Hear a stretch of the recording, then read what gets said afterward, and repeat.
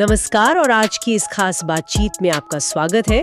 हमारे सामने भारत और न्यूजीलैंड के बीच चल रही टी20 सीरीज से जुड़े कुछ बड़े ही दिलचस्प सोर्स हैं और आज हम इन्हीं की गहराई में उतरने वाले हैं। बिल्कुल, और ऐसा लग रहा है कि टीम इंडिया मतलब एक ही समय में दो अलग-अलग कहानियां लिख रही है। चलिए इस दुविधा से निकलकर उस पहलू पर आते हैं जहां कोई शक शुबा नहीं है, भारत की विस्फोटक बल्लेबाजी।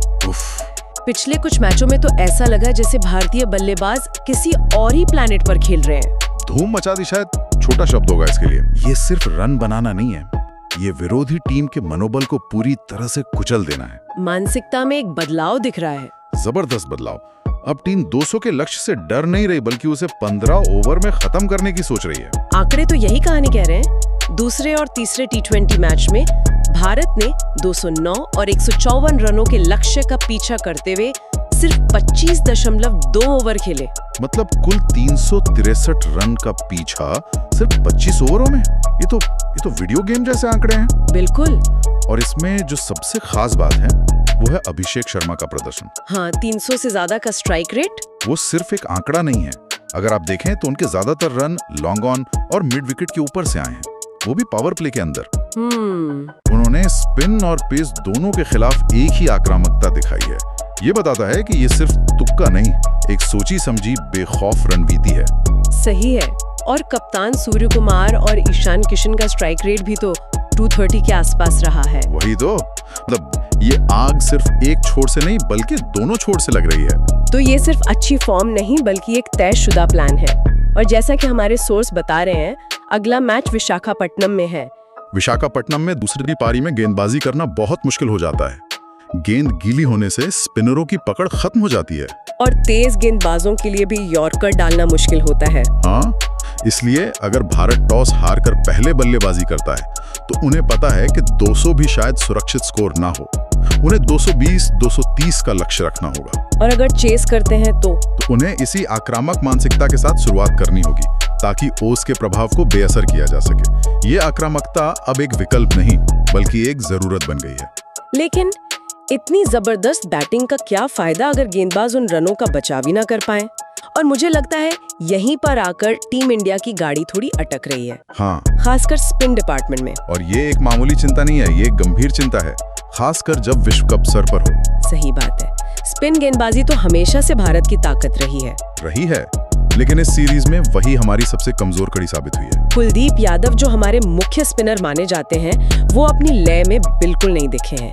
और वरुण चक्रवर्ती, उन्हें भी आजमाया गया लेकिन वो भी बेअसर ही रहे। अगर हम आंकड़ों की गहराई में जाएं, तो चिंता और बढ़ जाती है।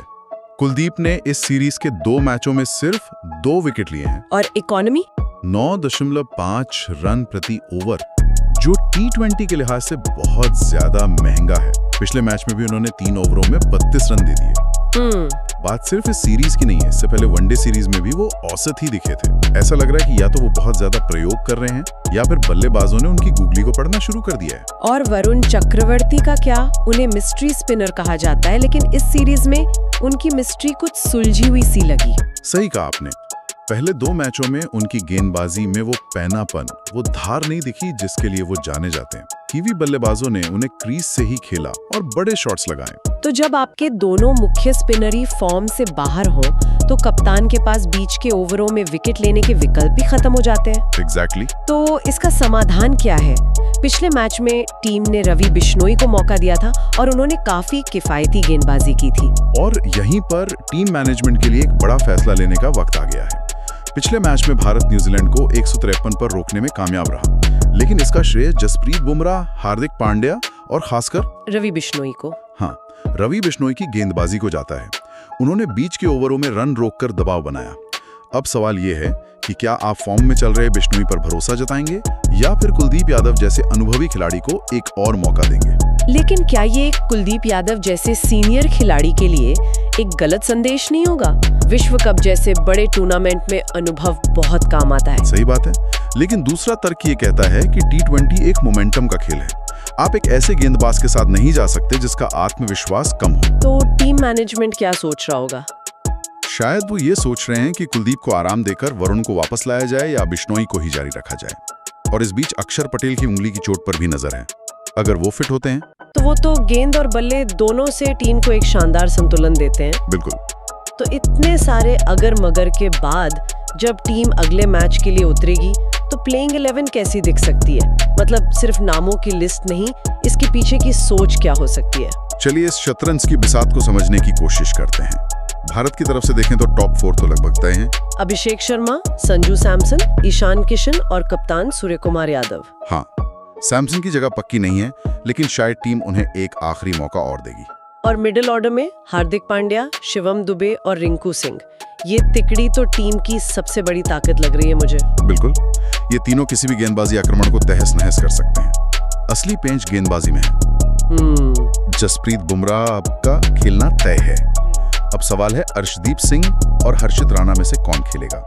ये एक इंटरेस्टिंग चॉइस होगी। हाँ, अगर भारत अर्शदीप की जगह हर्षित राणा को खिलाता है तो इसका मतलब है कि वो डेथ ओवर्स में लेफ्ट आर्म एंगल की जगह अतिरिक्त गति और उछाल को तरजीह दे रहा है, जो ग्लेन फिलिप्स जैसे बल्लेबाजों के खिलाफ एक अच्छा मुकाबला हो सकता है। बिल्कुल, जो पेस और बाउंस पसंद करते हैं। और स्पिन विभाग, यही तो सबसे बड़ा सिरदर्द है। यहाँ 3 खिलाड़ी और 2 स्पॉट हैं, कुलदीप, वरुण और बिश्नोई। अगर टीम मैनेजमेंट सुरक्षित खेलना चाहेगा तो वो कुलदीप और बिश्नोई के साथ जाएगा। और अगर कुछ अलग करना चाहे तो शायद कुलदीप को आराम देके वरुण और बिश्नोई की जोड़ी को आजमाया जा सकता है, जिसमें एक मिस्ट्री स्पिनर होगा और एक तेज लेग स्पिनर। और न्यूजीलैंड की टीम, क्या वो कोई बदलाव कर सकती है?